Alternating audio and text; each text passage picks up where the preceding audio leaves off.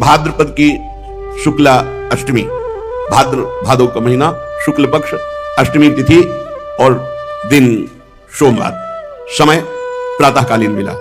शास्त्रों में जब मध्याह्न वेला आता है तो हमारे रसिक जन इसे स्वीकार नहीं करते, क्योंकि ऐसा सुकुमार तत्व मध्याह्न में तपती हुई धूप में नहीं, प्रातःकालीन वेला पे प्रसंग भी है।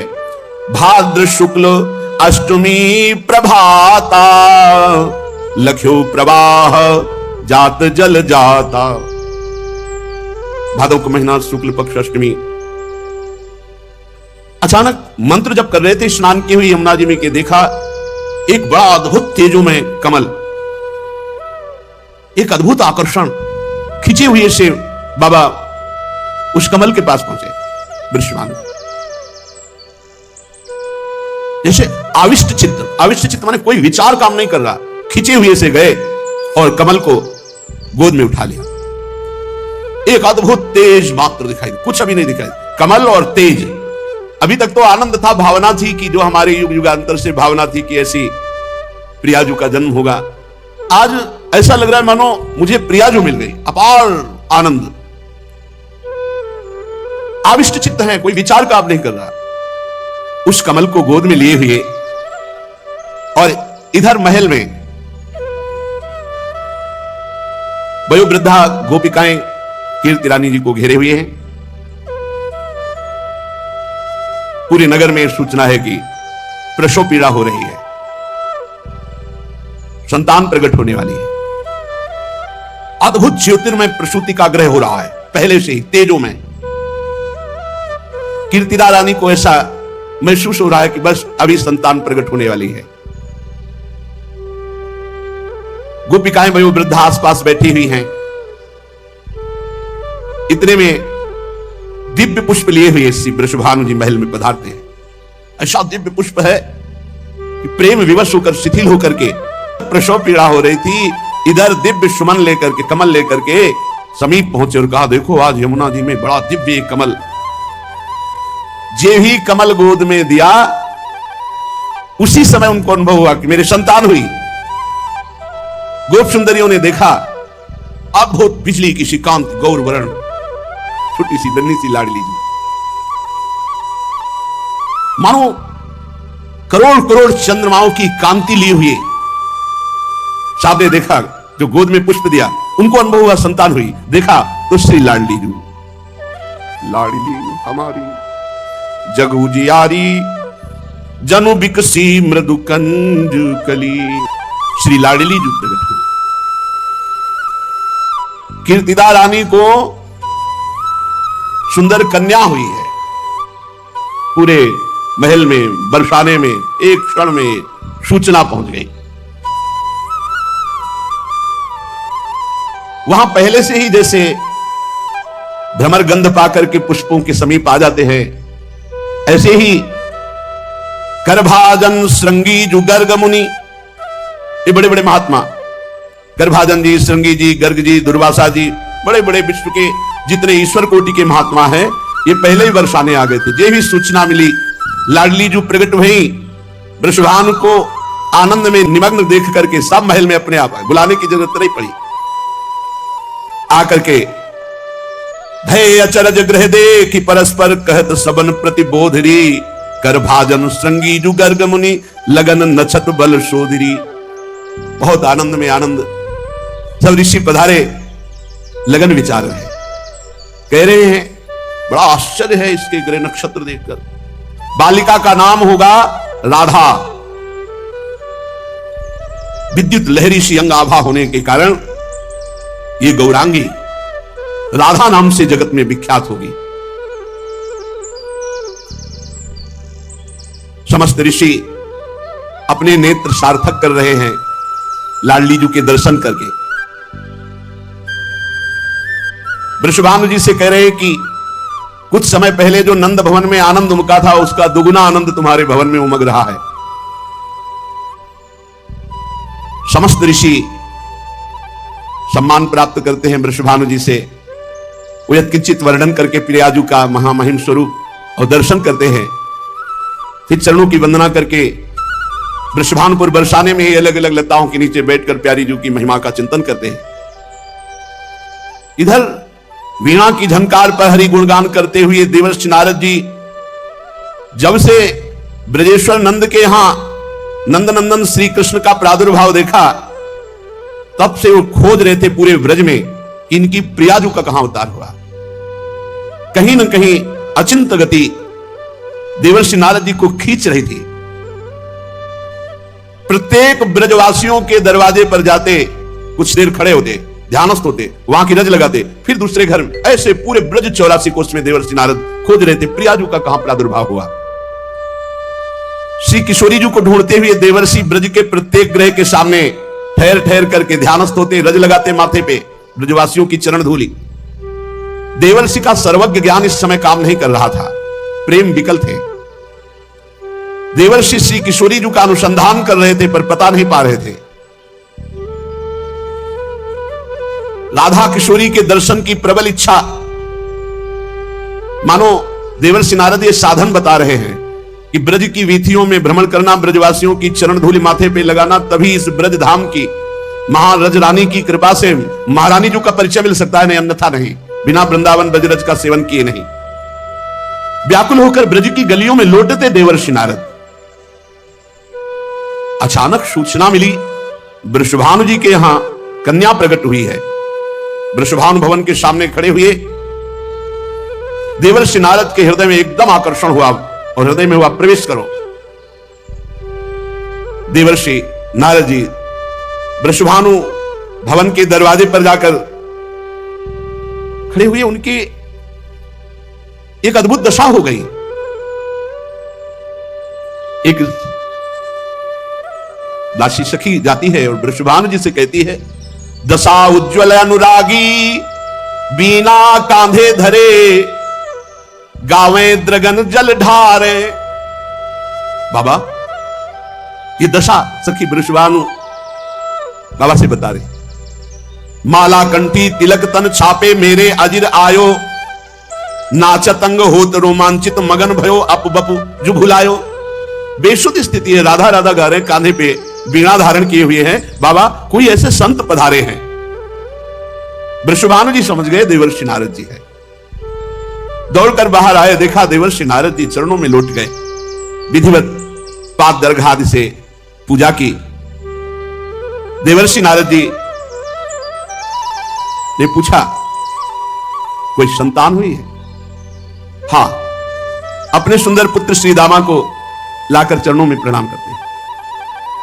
बालक को देखते ही, स्पर्श करते ही नेत्रों में प्रेमास्त्र भर रहे हैं। नारद जी अपने ऊपर उत्तरी वस्त्र से आंखें पोंछी और कहा, ये तो नंदनंदन का प्राण प्रिय सखा है। हम पूछ रहे हैं, कोई कन्या हुई आपके यहां? देवर्षि नारद जी, आभास तो मुझे यही हुआ है, ये हरिप्रिया का यही अवतार हुआ है, रासेश्वरी श्री राधा यही प्रकट हुई, पर ये तो बालक को लाए। वृषभानु जी ने कहा, हाँ भगवान, वो तो अभी अभी प्रकट हुई है, इसलिए नजदीक नहीं लाए, आपको वहां चलना पड़ेगा। आश्चर्य की बात, देवर्षि नारद जी को एक अद्भुत आकर्षण हृदय में हो रहा है। कानों में एक अमृत जैसा शब्द कि हाँ हाँ एक कन्या प्रकट हुई। वो समझ गए, इतना प्रेमोन्माद, इतना आकर्षण, ये तो हरिप्रिया जो प्रकट हुई है। मुझे शीघ्र एक बार दृष्टि उस कन्या पर डालने दीजिए। कहां है? शीघ्र ले चलो, मैं दर्शन करना चाहता हूं। आश्चर्य भरे नारद जी पीछे पीछे, वृषभानु जी आगे आगे। और जब वहां पहुंचे तो एक छोटे से पालने में लाडली जी, जीव ही दृष्टि पड़ी पालने पे, श्री लाडली नारद जी का धैर्य टूट गया और वे दौड़े और साष्टांग दंडवत की एकदम भावना हुई। परमानंद सिंधु में डूब रहे हैं देवर्षि नारद जी। अद्भुत प्रेम, क्योंकि प्रेम में लाडली जी का पहला दर्शन सिद्ध देवर्षि नारद जी को। अपने आप को संभाल नहीं पाए, 2 घड़ी तक, 48 मिनट तक तो ध्यानस्थ मुद्रा, मानो मूर्छित हो गए हो, ऐसी दशा। 2 घड़ी के लिए तो उनकी दशा हो गई मानो शिलाखंड मूर्ति हो गए हो। जब बाह्य ज्ञान हुआ तो अप्रतिम सौंदर्य निहार कर विस्मय की सीमा न रही। वो सोचने लगे कि ऐसा सौंदर्य तो त्रिभुवन में मैंने कहीं नहीं देखा। मेरी अबाध गति है, मैं ब्रह्मलोक, रुद्रलोक, इंद्रलोक कहीं भी जा सकता हूं, कहीं भी जाता हूं, त्रिभुवन में कहीं ऐसा सौंदर्य नहीं देखा। भगवान श्रीहरि, महादेव, ये सब महामहिम। भगवान श्रीहरि ने जो मोहिनी रूप धारण किया तो महादेव जी देख करके मोहित हो गए। लेकिन मैं इस रूप को जो देख रहा हूं, मेरे हृदय में जो भगवान श्री कृष्ण के प्रति अपार प्रेम उमड़ रहा है, आज तक कभी नहीं। बस यही भगवान की प्रिया है, यही रासेश्वरी है।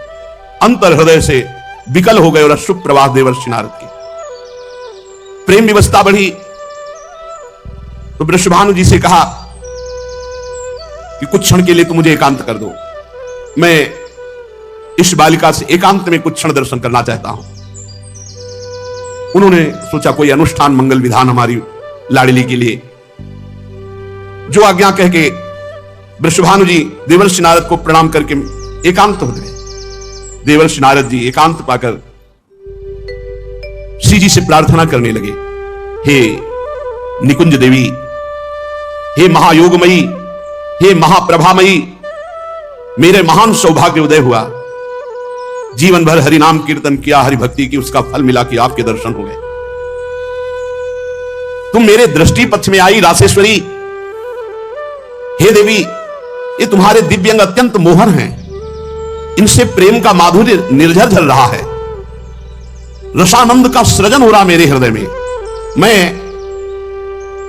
अनंत काल तक भगवदानंद में डूबा रहने पर भी जो रस नहीं मिला वो आज आपके दर्शन से प्राप्त हो रहा है।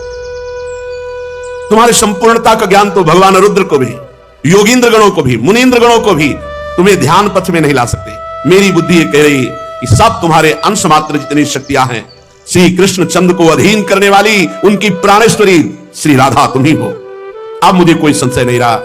ओह, क्या ऐसा हो सकता है? हे श्री जी, मैं आपके उस विश्वमोहन किशोर अवस्था के रूप को देखना चाहता हूं जिसे देखकर श्री कृष्ण अधीन हो जाते हैं। नारद जी का कंठ भराया और वो रुदन करने लगे। हैं श्री जी ऐसी, केवल आनंद में रोते रहो। प्रबल इच्छा प्रार्थना करने लगे कि मैं आपके उस किशोरी रूप के दर्शन करना चाहता हूं। श्री जी के किशोरी रूप देखने की प्रबल उत्कंठा बढ़ती गई। अब बारंबार प्रणाम करना शुरू किया देवर्षि नारद जी ने और प्रार्थना किया। नारद के अंतर हृदय में मानो श्री किशोरी जी के दर्शन के लिए इतनी विरहाग्नि प्रकट हुई प्रबल। इतने में ही दृष्टि पड़ी तो देखा श्री ललिता जू, विशाखा जू, चंपक लता जू, चित्रा जू, तुंग विद्या जू, इंद्रलेखा जू, रंग देवी जू, सुदेवी जू, अष्ट सहचरियां प्रकट हो गई और वो नौ किशोरी रूप सहचरियां। जे ही सखियों को देखा देवर्षि नारद जी ने, एक दिव्य ज्योति मध्य में। देवर्षि नारद अभी देख भी नहीं पाए कि मूर्छित हो गए। श्री जी का चरणामृत देवर्षि नारद जी के मुख में डाला। जानते हो नौ किशोरी के दर्शन का अधिकार कैसे प्राप्त हो? ब्रजरज का सेवन, लालू के उत्सव में सम्मिलित होना, ब्रजवासियों के दरवाजे पर जाना, लूटना, रज लगाना, उससे वृषभानु भवन का दर्शन और वहां अष्ट सहचरियों के दर्शन और श्री जी के चरणामृत से श्री जी के देखने की सामर्थ्य नारद जी को आई।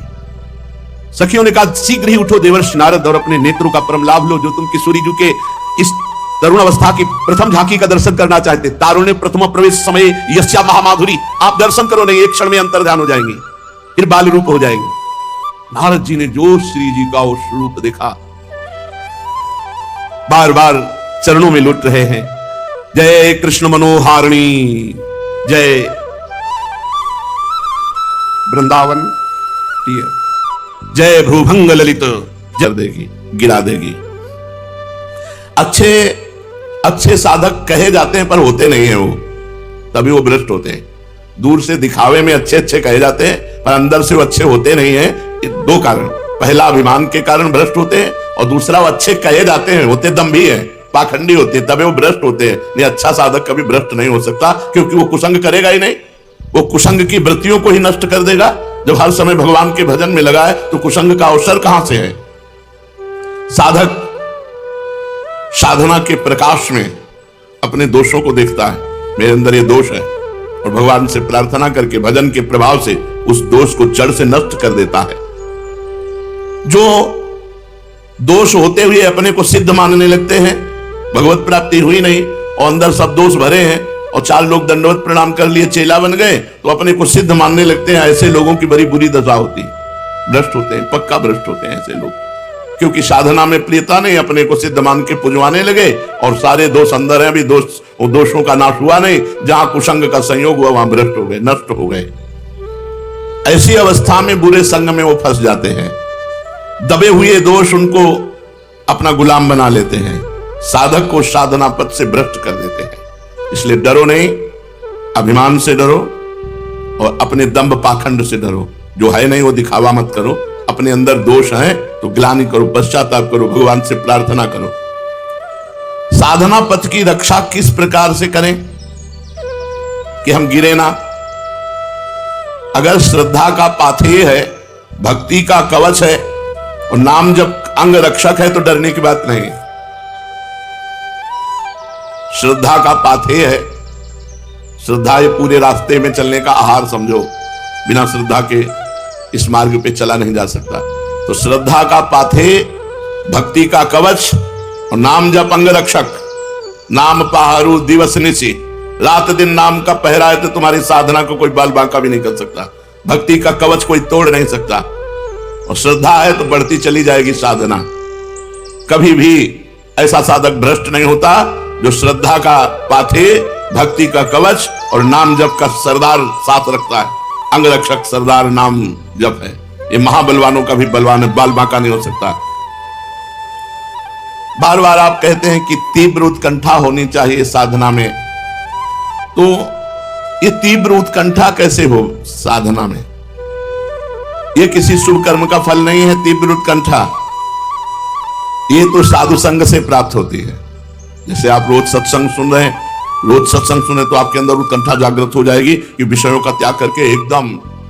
जो तीव्र उत्कंठा है ये किसी कर्म फल से नहीं मिलती, ये साधु संग से मिलती है। जितने परिवर्तित हुए हैं सब साधु संग से हुए, और साधु संग ऐसा नौका है कि आपको मोह त्यागने का कितना कष्ट हुआ बताओ? कौन सा आपने उपाय किया जिससे आपने मोह त्याग दिया? बस हवा आई और बहकर वृंदावन आ गए। मोह का त्याग अपने आप सहज में हो गया। नहीं मोह त्याग। एक सन्यासी जी मिले थे हमें काशी में, मिलते रहते थे घाट में जब जाते, वो विश्वनाथ जी जाया करते थे घाट में, जैसे मिलते तो प्रणाम करते थे। एक दिन बड़े उदास थे, हमने कहा आज आपका चेहरा उदास है, किसी गूढ़ विषय पर चिंतन है क्या? उनका गूढ़ विषय क्या, 90,000 रुपया जमा किया था। ये 25-30 वर्ष पहले की बात होगी। हमारे भाई की बिटिया का ब्याह था, हमने दे दिया। बिटिया का ब्याह हुआ, इसके बाद उसका दूल्हा मर गया, तो भाई कहता कि तुम्हारे सन्यास के पैसा लगे, इसलिए हमारी बिटिया का सुहाग उजड़ गया। तो हमने यहाँ काशी के संतों से भी पूछा तो उन्होंने कहा सन्यासी का पैसा तो गृहस्थ में नहीं जाना चाहिए, 1-1 रुपया दान पुण्य का। बोले बहुत समस्या हो गई। अब आप समझो वो थे 70 वर्ष के, 70 वर्ष के होने पर भी अपने परिवार की ममता नहीं छोड़ पाए थे। अपने भाई, भतीजा और भतीज, बिल्कुल जिस मार्ग में चल रहे हो इस मार्ग में सब जगह से समिट कर एकमात्र प्रभु, एकमात्र प्रिया प्रीतम। तो ये साधु संग से स्वाभाविक। सर्वसंग पहो ही माम, सत्संग सर्वसंगो पहो ही माम। समस्त संगों का अपने आप त्याग करवा देगा यदि सत्संग हो रहा है। रोज सत्संग सुनने को मिले तो निश्चित सारे दोषों पर विजय प्राप्त हो जाएगी। श्री भगवान की अपार कृपा उस पर बरसती है जो साधु संग करता है। उस कृपा के प्रभाव को जानकर उसके जीवन में भगवत प्राप्ति की तीव्र उत्कंठा आ जाती है। असली उपाय है भगवान की कृपा से साधु संग हो जाना, जिससे भगवान की महिमा और इस जीवन का परम लक्ष्य, कि मेरे जीवन का लक्ष्य क्या है, भगवत प्राप्ति। साधना में क्या मापदंड रखें कि मेरी चाल धीमी चल रही है या मेरी चाल उत्तम चल रही है? सही साधक वही है जो अपनी चाल को धीमी ही समझता है। मेरी चाल उत्तम है, यह उत्तम साधक का लक्षण नहीं है। मैं बहुत अधम हूं, जैसा भजन होना चाहिए, जैसी साधना होनी चाहिए वैसी मेरे से नहीं हो रही, ये अंदर बना रहना चाहिए। साधक को कभी अपनी साधना में संतोष नहीं होना चाहिए। अच्छा चल रहा है, नहीं अभी अच्छा कहां चल रहा, अभी राधा बोलते हैं आंख में आंसू कहां आया, अभी श्री जी कहां दिखाई दे रही है, अभी अच्छा कहां चल रहा है। साधना में जितना संतोष होगा उतना ही वो आगे बढ़ेगा। जब अपनी चाल धीमी मानेंगे तो आपकी उत्तम साधना होगी, यही मापदंड है। साधना में असंतोष और अपनी चाल धीमी मानना और सबको भजनानंदी मानना। सब महान है, अधम तो हम ही है, बेस रखे हैं और जैसा भजन होना चाहिए वैसा नहीं होता, ऐसा अंदर दुख बना रहना चाहिए, उसकी साधना उत्तम बढ़ेगी। साधना जल्दी सिद्ध हो जाए, अपनी तरफ से क्या उपाय करना चाहिए? भगवान का दृढ़ भरोसा, दृढ़ आश्रय। साधना सिद्ध होने का उपाय, सब दोषों से मुक्त होने का उपाय, भगवान का दृढ़ भरोसा। हम वही मुंह की खाते हैं जहां भगवान की आज्ञा का उल्लंघन करते हैं, शास्त्र आज्ञा का उल्लंघन करते हैं, पक्का समझ लो। गुरुदेव भगवान कहते थे चाहे 24 घंटा भजन कर लो, अगर 1 मिनट भी आज्ञा का उल्लंघन करोगे तो 24 घंटे के भजन का आनंद अनुभव नहीं कर पाओगे। बिल्कुल ठीक रकील पे चले, जो रकील खींच दी गई वैसे। लकीर का फकीर, फकीर कौन? जो लकीर का फकीर, जो गुरु ने लकीर खींच दी कि इस पे चलना है, बस इधर नहीं इधर नहीं, राई के सम चलत ही हो और की ओर, राई भर पैर उतार दिए लकीर से तो फकीरी में अंतर आ जाएगा। लकीर का फकीर, जो गुरु ने शास्त्र ने लकीर खींच दी बस उसी पे चलना है, इधर उधर गाड़ी उतारोगे पलट जाएगी। जो जीटी रोड बना है उसी पे चलो। ये जो संप्रदाय है, जो मार्ग है, ये जीटी रोड है, राजमार्ग है, इसमें गिरोगे नहीं। अपनी जान में प्रयास में कमी न रखे, साधना का अभिमान न रखे और भगवान का भरोसा रखे तो जल्दी साधन सिद्ध हो जाता है। साधन में साधक को मेल जोल बढ़ाना ठीक है कि नहीं?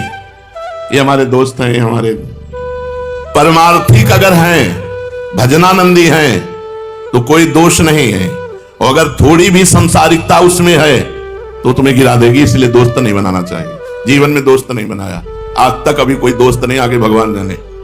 आज तक कोई दोस्त नहीं तो दुश्मन का सवाल ही नहीं होता। जब दोस्त हो तो दुश्मन हो, न दोस्त है न दुश्मन है।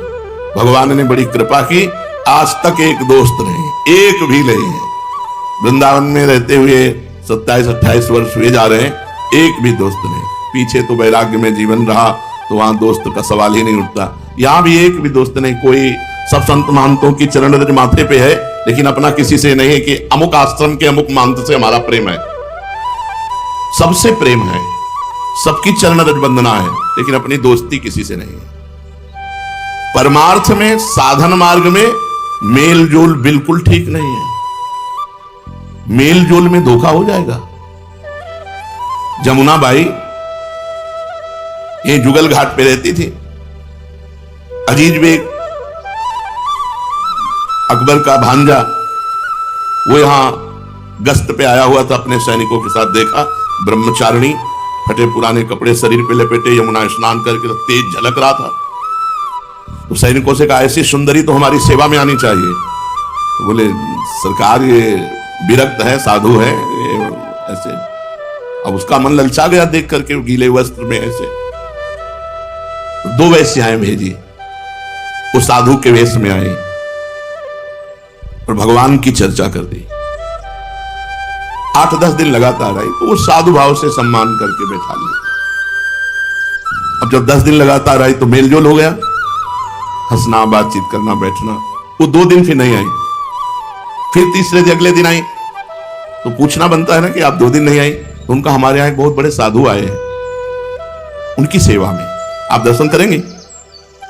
उनका हरिवंश महाप्रभु की कृपा से ऐसी तो कोई इच्छा है नहीं, तो साधु दर्शन के लिए आप मना करते हैं? चलिए ना, बहुत अच्छे साधु हैं, आपको आनंद मिलेगा। उनका चलो महाप्रभु का आदेश है, श्याम श्यामापद कमल संग सिरनायो, किसी भी संप्रदाय का साधु हो अगर सिद्ध है तो उसके दर्शन मात्र से मंगल तो होता ही है।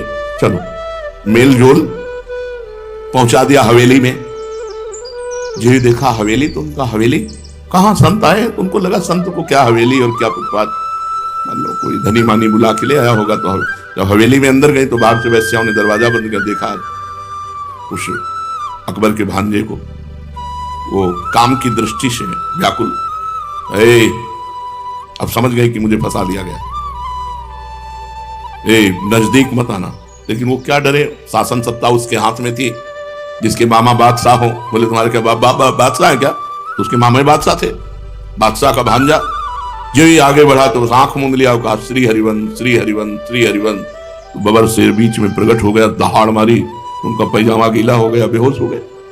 और अंतर ध्यान, ये देखो भागवतिक शक्ति, उनको आना नहीं पड़ा, दरवाजा नहीं खुलवाना पड़ा, अंतर ध्यान होकर अपनी कुटिया में हरिवंश महाप्रभु ने तुरंत उनको कुटिया में, और वो जो आंख खुले तो उसे वही शेर दिखाई दे, वही तब उसके हृदय में आया कि मैं उनके चलकर चरण वंदना करूं। वो आकर चरण मेल जोल ने जुगल घाट से हवेली पहुंचा दिया था। हो सकता है जिसे तुम संत समझ रहे हो, जिसे तुम अपनी साध्वी मित्र समझ रहे हो, वो तुम्हें गलत जगह फंसा दे, इसलिए बिल्कुल किसी से मेल जोल नहीं। अपनी नियमावली, अपनी दिनचर्या, अपने मतलब, ना अपने घर किसी को आने देना, ना किसी के घर जाना, कभी नहीं। ये जिंदगी में मत रखना। जब ऐसी तेजस्वी यमुना बाई को फंसाकर मेल जोल में हवेली में पहुंचा दिया तो अपने से कितनी बड़ी भी चूक हो सकती है। तो मेल जोल साधना में बिल्कुल ठीक नहीं है। असंगो हम पुरुषा, मैं असंग हूं, किसी से कोई मतलब नहीं। प्रश्नकर्ता बहुत सुंदर प्रश्न कर रहे। ये हम लोगों की जो चाल है, इससे तो लगता है कि पूरी जिंदगी निकल जाएगी, भगवान मिलेंगे नहीं। उत्तर दे रहे नहीं, ऐसा नहीं मानना चाहिए, ऐसा नहीं मानना चाहिए। हमारी चाल तो धीमी है, लेकिन हमारे स्वामी की चाल बड़ी तेज है, भगवान की चाल बड़ी तेज है। भगवान गरुड़ से भी तेज चलते हैं। जो सबसे तेज चलने वालों में है वायु, वायु से तेज चलने वालों में है मन, मन से भी तेज चलने वाले हैं गरुड़ जी, और गरुड़ जी से भी तेज चलने वाले श्री भगवान है। हमें अपनी चाल पे भरोसा नहीं, भगवान पे भरोसा रखना है। ऐसा नहीं मानना कि हमारी चाल से पूरी जिंदगी व्यतीत हो जाएगी, भगवान तो मिलेंगे नहीं।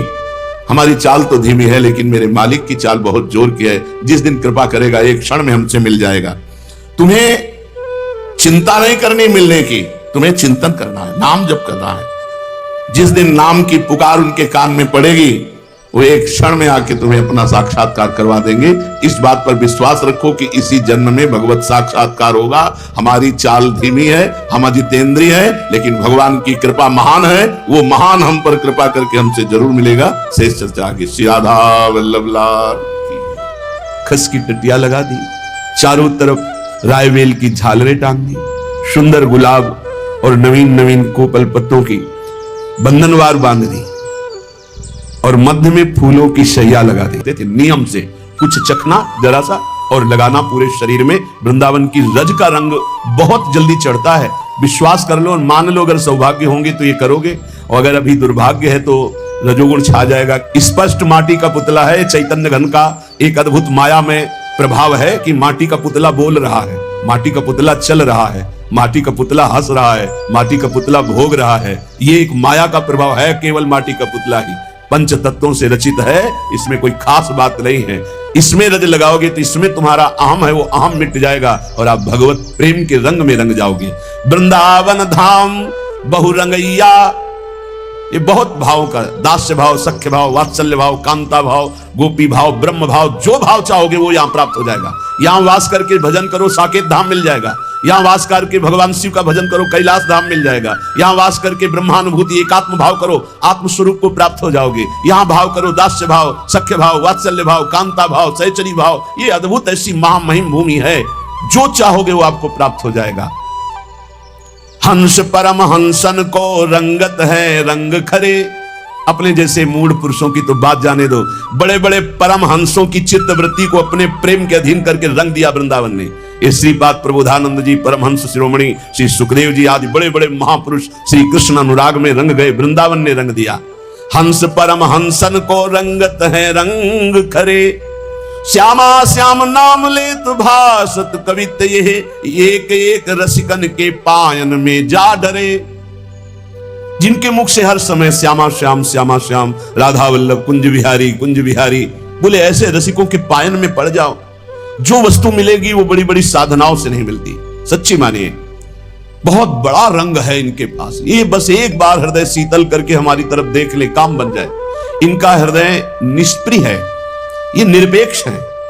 अगर हमारी सेवा, हमारा दैन्य भाव, हमारा कोई भाव इनके हृदय में जाकर ऐसी शीतलता प्रदान करे कि हमारी तरफ इस दृष्टि से देख ले कि ये मेरा, बस इसलिए कह रहे कि एक एक रसिकन के पायन में जा डरे।